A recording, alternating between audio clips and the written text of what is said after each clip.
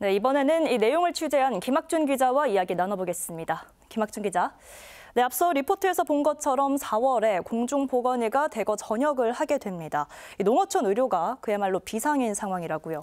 네, 맞습니다. 농어촌 지역에는 노약자들이 많이 있습니다.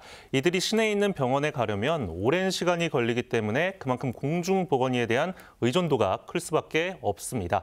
하지만 도내 69곳의 보건지소에는 여전히 공보의가 없는 상황입니다.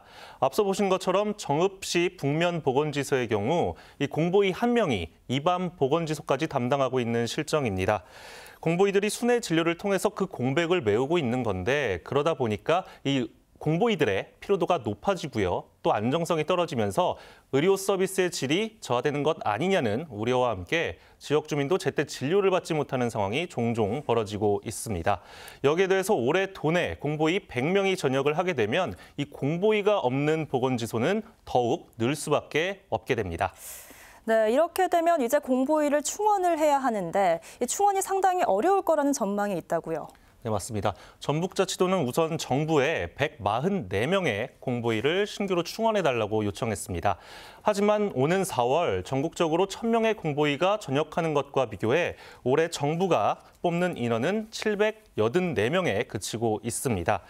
이 784명을 다 뽑는다고 해도 이 전역자와 비교해 턱없이 부족한 수치인데요. 또 이 784명을 다 충원할 수 있을지도 장담하기 어렵습니다. 왜냐하면 지난해의 경우에는요, 정부가 1,387명을 뽑을 계획이었지만 절반인 716명밖에 선발하지 못하면서 올해 또한 어느 정도나 충원할 수 있을지 여전히 먹구름인 상황입니다. 네, 그렇다면 이제 전북자치도가 요청한 인원이 배정되지 않을 경우에도 대비를 해야 되겠네요. 그런데 지금 전북자치도는 어떤 대책을 내놓고 있습니까? 네, 앞서 말씀드린 것처럼 정부가 이 784명을 모두 채용을 한다고 하더라도, 선발을 한다고 하더라도 전북자치도가 요청한 144명을 충원하는 것은 사실상 어려워 보입니다. 이 때문에 전북자치도는 순회 진료를 확대한다는 계획인데 그렇게 되면 이 공보의가 맞는 보건지소는 더욱 늘어날 수밖에 없는 상황입니다. 예를 들면 부안군 주산보건지소와 이 보안 보건지소에는 공중보건의가 1명밖에 없습니다. 그렇기 때문에 공중보건의가 일주일에 하루 또는 사흘에서 나흘 간격으로 환자들을 돌보고 있는데요.